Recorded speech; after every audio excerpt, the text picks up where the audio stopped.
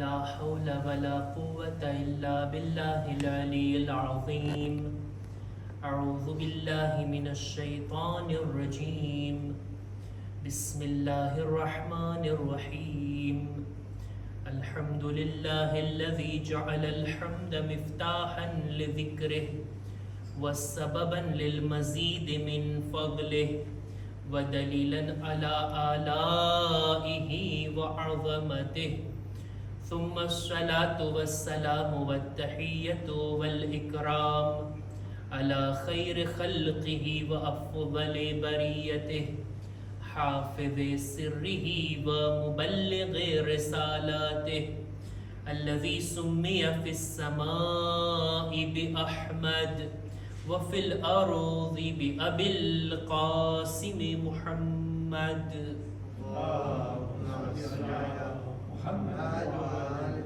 وعلى أهل بيته الطيبين الطاهرين المعصومين المظلومين ولعنة الله على أعدائهم أجمعين. أما بعد فقد قال الله سبحانه وتعالى في كتابه الكريم. بسم الله الرحمن الرحيم. يا أيها الناس كلوا مما في الأرض حلالا طيبا ولا تتبعوا خطوات الشيطان إنه لكم عدو مبين. صلوات پر محمد و آل محمد.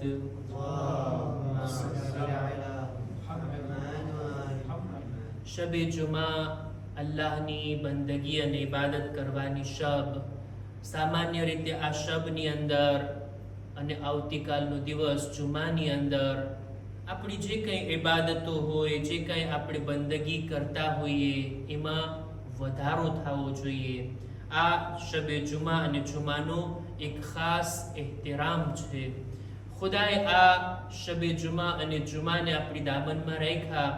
ખુદાએ આપણને આ રાત અને આ દિવસની કદર જાણવાની તૌફીક અતા કરી અને આજની રાતમાં આપણે બધા નમાઝે જમાઅત, દુઆએ કુમૈલ, તિલાવત અને મરસિયાની સાથે આપણે ફરશે અઝા પર બેસી અને ઝિક્રે ઇમામ હુસૈન અલૈહિસ્સલામ કરવામાં મશગુલ થયા.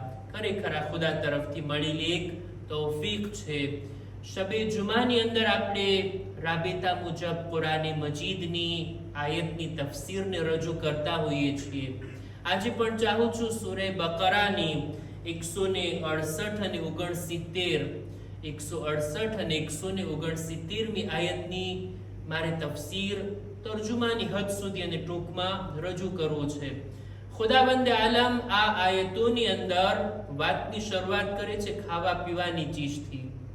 ખાવા પીવાની આ આયત કુરાનમાં ઘણી ઠેકાણે છે આ વાત કે જેને આજની આયતમાં મારે રજૂ કરવું છે. ખુદાવંદે આલમ ખિતાબ કરે છે, યા અય્યુહન નાસ, એ લોકો, કુલુ મિમ્મા ફિલ અર્દ હલાલન તય્યબા, જમીનમાં જે કંઈ પણ છે એ બધું ખાઓ અને પીઓ. શરત શું છે? હલાલ હોય અને તય્યબ હોય. આ બંને શરતની સાથે જમીનમાં જે કંઈ છે બધું ખાવાની તમને રજા છે. અને આ આયત આમ ખિતાબ છે બધા ઇન્સાનોથી, મુમિનીનની વાત નથી, બલકે આમ ઇન્સાનોની વાત છે અને દેખીતી વાત છે. આયત એવી છે ને કે જેના ઉપર બધા લોકો અમલ કરે છે. એ લોકો ખાઓ. ખાવામાં કોણ પાછું વાળીને જોઈએ છે? બધા લોકો ખાવા પીવામાં મશગુલ હોય, પણ બધું ખાઈ લેવાનું. જે કંઈ જમીનથી ઉગે છે એ બધું, દરેક હૈવાન જે જમીન પર ચાલે છે બધા હલાલ છે? નહીં, હલાલ પણ હોય અને તૈયબ, પાક અને પાકીઝા હોય. આ બે શરતો વડે જે કંઈ પણ જમીનની અંદર હોય, આ બે શબ્દો પર પણ તવજ્જો આપીએ તફસીરની અંદર મળે છે. હલાલ ઈ ખાવા પીવાની અથવા ઈ કામોને કહેવાય જેની મનાઈ ના કરવામાં આવી હોય, એને કહેવાય હલાલ. એના મુકાબલામાં એનું વિરોધી છે હરામ. હરામ કે જેની મનાઈ કરવામાં આવી, જેની આપણને પરમિશન નથી આપવામાં આવી. અને તૈયબ, તૈયબ એને કહેવાય છે પાક પાકીઝા હોય, એવી ચીજ હોય કે જે આપણા નેચરને અનુકૂળ હોય, આપણા બદન માટે યોગ્ય હોય, બરાબર હોય, એવી ચીજ ના હોય કે નફરત વાળી હોય, ભલે હલાલ હોય, પાક હોય, પણ નફરત વાળી ચીજ, એવી ચીજને ખાવી જાયઝ નથી, બરાબર નથી, એની મનાઈ છે. એના મુકાબલામાં તૈયબના મુકાબલામાં હોય છે ખબીફ. કોઈ ચીજ પાક હોય પણ એનું ખાવું અને પીવું નફરત વાળું હોય. મારે અત્યારે દાખલા આપીને માહોલને ખરાબ નથી કરવો, આપ લોકોના મિજાજને કઈ વાંધો ના આવે એ માટે હું દાખલા અને ઉદાહરણ નથી આપતો. હલાલ અને તૈયબ આ બે શરતોની સાથે આપણે ખાવા પીવાની ખુદાએ આપણને રજા આપી. અને ત્યારબાદ આગળ કે છે વલા તત્તબિઉ ખુતુવાતિ શૈતાન, તમે શૈતાનના પગલાઓની પૈરવી ના કરો. એક એક કદમ જે શૈતાન તમારી પાસે આવે છે અને તમને પણ એક એક કદમ પોતાની સાથે લઈ જાય છે, એની પૈરવી ના કરો. ઇન્નહુ લકુમ અદુવ્વુમ મુબીન, અને શૈતાન તમારો ખુલ્લો દુશ્મન છે, તમારો ખુલ્લો દુશ્મની કરનાર અને અદુ છે. કુરાન મજીદની આ આયતના વારામાં તફસીરની અંદર મળે છે, ઇબ્ન અબ્બાસ નકલ કરે છે કે ઈ જમાનાની અંદર અમુક કબીલા હતા, દાખલા તરીકે સકીફ અને ખુઝાઆ, એવા કબીલા હતા. બીજા પણ અમુક કબીલા કે ઈ લોકોએ કોઈ પણ દલીલ વગર એમને અમુક સબ્જીઓ અને અમુક હૈવાનના ગોશતને ખાવું પોતાના માટે હરામ કહી દીધું. પોતે જ એવો નિર્ણય લઈ લીધા કે આ સબ્જીઓ આપણે નહીં ખાશું અને આ ગોશત, આ જાનવરના ગોશતથી આપણે પરહેજ કરશું, આ ચીજો અમારા માટે હરામ. ખુદાએ આ આયતને નાઝિલ કરી અને કહે છે ના ભાઈઓ, એવો હક નથી આપણને. ખુદાએ જે કંઈ પેદા કર્યું, ખુદાએ આપણા માટે જે કંઈ જમીનથી ઉગાડ્યું અને જે જાનવરોને ખલ્ક કર્યા, બધું હલાલ છે, સિવાય આ શરતો, આ ચીજો કે જેની મનાઈ કરવામાં આવી, અથવા જે ચીજો તૈયબ નથી, બાકી બધું હલાલ છે. એક વાતનો આપણે વિચાર કરીએ જોઈએ, શું આપણને આ હક છે કે આપણે આપણા જ તરફથી કોઈ ચીજને આપણા માટે હરામ કરી દઈએ? છે આપણને આવો હક? જો ઇન્સાન આ રીતનો વિચાર કરે ને, હું આ ચીજને હરામ જાણું છું, પોતાના માટે, પોતાના બાલ બચ્ચાઓ માટે, અમારા કબીલા માટે, આ કોમ માટે આ કામ કરવું હરામ, આ ખાવું હરામ. ભાઈ, કોણે તને હક આપ્યો છે એવો? ઇન્સાનના ખુદ પોતાના માટે એવો હક નથી. બીજાની વાત તો દૂર, પોતાના માટે આવો હક નથી રાખતો. આ એક જોતા શિર્કમાં ગણાય છે. શિર્કની એક કિસ્મમાંથી આ આવી જાય છે. તૌહીદના પ્રકારોમાંથી એક પ્રકાર આ છે, તૌહીદે તશરીહ, કાનૂન ગુજારી. આ ફક્ત ખુદાનો હક છે. ખુદા આપણને કહેશે આ હલાલ અને આ ચીજ હરામ. ખુદાએ કંઈ પણ દીધું છે પોતાની કિતાબની અંદર અને પોતાના નુમાઇંદાઓની મારફત, માસૂમીનના જરિયાથી આપણા સુધી આવી ગયું છે. આ ચીજ હલાલ અને આ ચીજ હરામ. એમાં આપણે કઈ ઉમેરો કરવાનો હક નથી. કાનૂન, શરીયતના કાયદા કાનૂન ખુદા બનાવે છે અને ખુદાને હક છે. એટલે જ આ કબીલાના લોકોએ આ રીતના ધારી લીધું. ખુદા આયત આપી, આ આયતને નાઝિલ કરી, હુકમ આપે છે કે એ લોકો ખાઓ પીઓ, દરેક ઈ ચીજ કે હલાલ છે ઈ, અને દરેક ઈ ચીજ કે જે તૈયબ અને પાકીઝા છે એની તમે ખાઓ, અને શૈતાનના ડગલાઓની પૈરવી ના કરો. શૈતાનનું કામ શું છે? ઇન્નમાં, આના પછીની આયતમાં 169મી આયતમાં સૂરે બકરાની આગળ ફરમાવે છે, ઇન્નમાં યઅમુરુકુમ બિસ્સૂഇ વલ ફહશા. શૈતાનનું કામ ઈ છે કે ઈ તમને બદી અને બુરા કામોનો હુકમ આપતો રહે છે. આ શૈતાનનું કામ.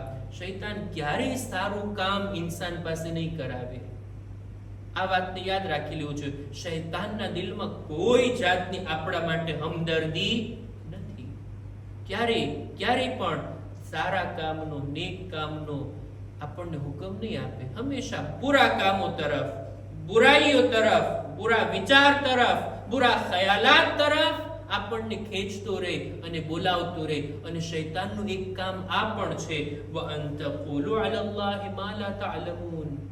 અને શૈતાન આપણને આ વાત ઉપર ઉકસાવે છે કે ઈ વાત જે ખુદાએ બયાન નથી કરી, આપણે નથી જાણતા, એ વાતને આપણે ખુદા તરફ મનસૂબ કરીએ.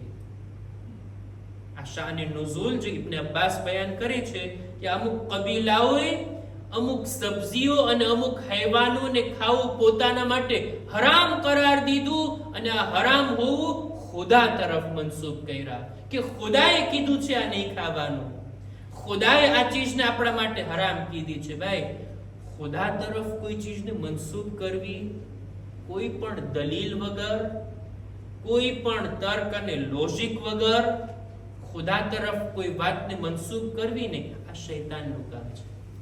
આ શૈતાન ઇન્સાન પાસે કરાવે છે. એટલે જ જે કોઈ દીન, જુદા જુદા દીનમાં, જુદા જુદા ધર્મોમાં આટલી તહેરીફ થઈ, લોકો ગુમરાહ થયા, નવી નવી ચીજો દીનની અંદર ઉત્પન્ન થઈ, ઈ ખુરાફાત, ઈ બિદઅતો, ઈ બુરી વાતો, ઈ વાતો, એવા કામો કે જે દીનના મજાક ઉડવાનું કારણ બન્યું, આ બધું શૈતાને કરાવ્યું. અને લોકો આ શૈતાનના ફરેબમાં આવી પણ જાય અને પોતાની મેળે, પોતાના મનથી એવા કાયદા કાનૂન બનાવી લે અને એને ખુદા તરફ મનસૂબ કરતા હોય. ખુદા આ વાતની ના પાડે છે. કુરાન મજીદની અંદર 10 ફેરે ખુદાએ કીધું છે જુદી જુદી જગ્યા ઉપર કે શૈતાન તમારો દુશ્મન છે. શૈતાન ખુલી દુશ્મની કરાવે છે. શૈતાનના કામોને જો ખુલાસો કરીએ આ આયતોની અંદર તો 2 જ કામો છે. એક તો એ કે બુરાઈનો હુકમ આપે છે, અને ઈ વાતો જે ખુદાએ નથી કીધી, આપણે નથી જાણતા, ઈ આપણી પાસે બોલાવતો હોય. આ વાતો શૈતાનના કદમ છે, શૈતાનના ડગલા અને પગલા છે. એક એક કદમ આપણાથી નજદીક આવે અને એક એક કદમ આપણને ધીમે ધીમે પોતાની સાથે ખેંચીને લઈ જાય.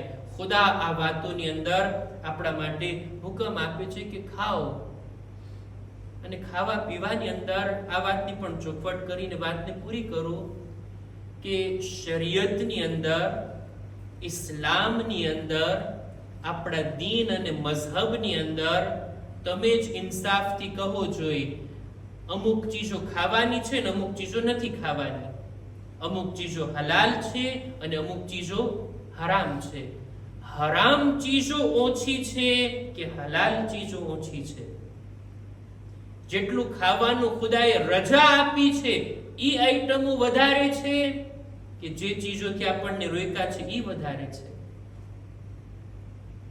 ઇસ્લામના અહેકામને જોતા, ઇસ્લામની બયાન કરેલી તાલીમાતને જોતા આપણને જ લાગે છે વધુ પડતી ચીજ હલાલ, બલકે એમ કહી શકાય બધું હલાલ સિવાય આ ચીજો કે જેને શરીયતમાં ગણાવી છે.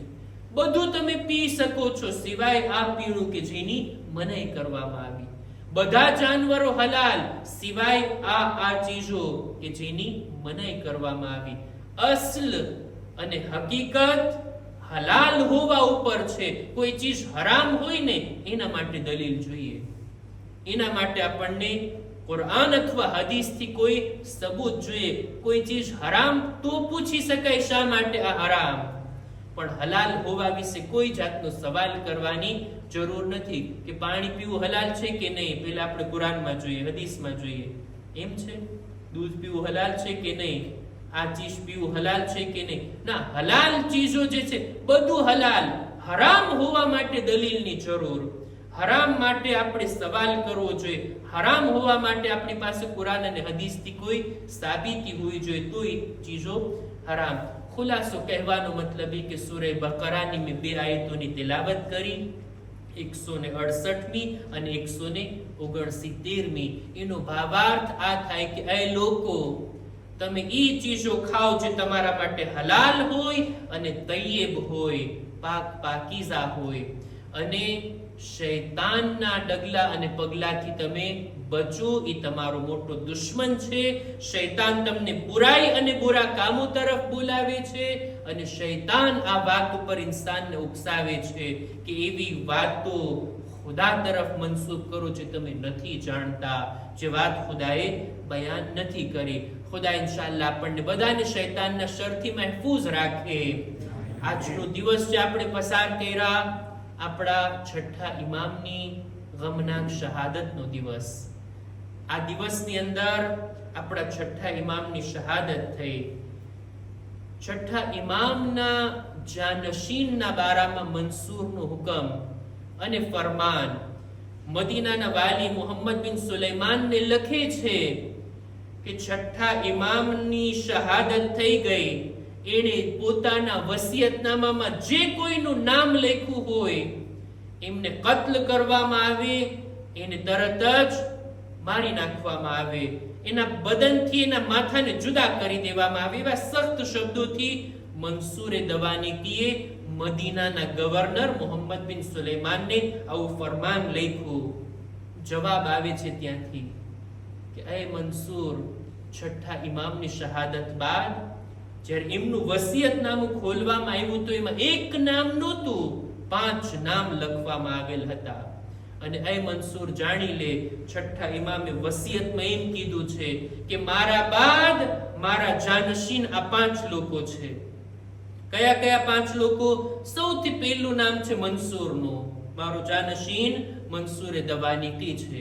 બીજું નામ મદીનાના વાલી મુહમ્મદ બિન સુલૈમાન એનું છે. ત્રીજું નામ ઇમામના એક ફરઝંદ અબ્દુલ્લાહ અફતાહનું છે. ચોથું નામ આપણા 7મા ઇમામ ઇમામ મૂસા કાઝિમ અલૈહિસ્સલામ. અને 5મું નામ ઇમામની ઝૌજા છે બીબી હમીદા ખાતુન. આ 5 નામ લખેલા છે. એ મંસૂર તું જ બતાવ આમાંથી કોના માથાને એમના બદનથી જુદા કરવામાં આવે. મંસૂર પોતે મૂંઝાઈ જાય છે.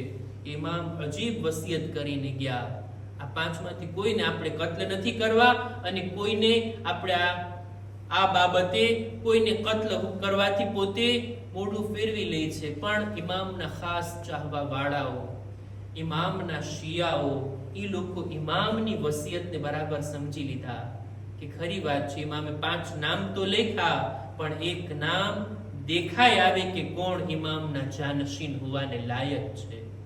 મંસૂરે દવાનીકી જાલિમ ખલીફા ગાસિબ હાકિમ એ તો બની જ ના શકે ને, હુજ્જતે ખુદા હોય.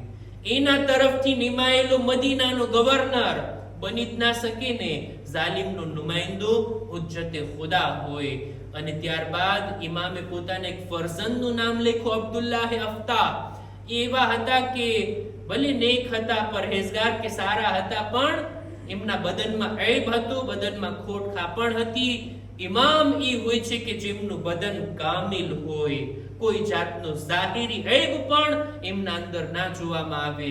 અને દેખીતી વાત છે 12 ઇમામોમાંથી આ મનસબ કોઈ પણ ખાતુનને નથી મળ્યો, કોઈ ખાતુન ઇમામ નથી હોઈ શકતી.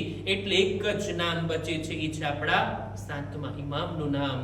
જાલિમ પોતે આ પોતાના હુકમને અમલી કરવા માંગતો હતો, ઇમામના જાનશીનને કત્લ કરવા માંગતો હતો. અને ઇમામે આવી વસિયત કરી કે પોતાના જાનશીનની ઓળખાણ પણ ઉમ્મતને કરાવી ગયા અને એમની જાન પણ જાલિમના હાથથી બચાવીને ગયા. ઇમામે સાદિક અલૈહિસ્સલામની ઘણી બધી વસિયતો, આપણે 2 મહત્વની વસિયતો ગઈકાલે બયાન કર્યા. ઇમામ સિલે રહેમની ભલામણ કર્યા અને નમાઝની અહેમિયત જાણવાની તાકીદ ફરમાવ્યા. આ સિવાય અમુક ઘણી વસિયતો કર્યા. ઇમામ પોતાના જાનશીનની ઇમામતની વસિયત પણ કર્યા.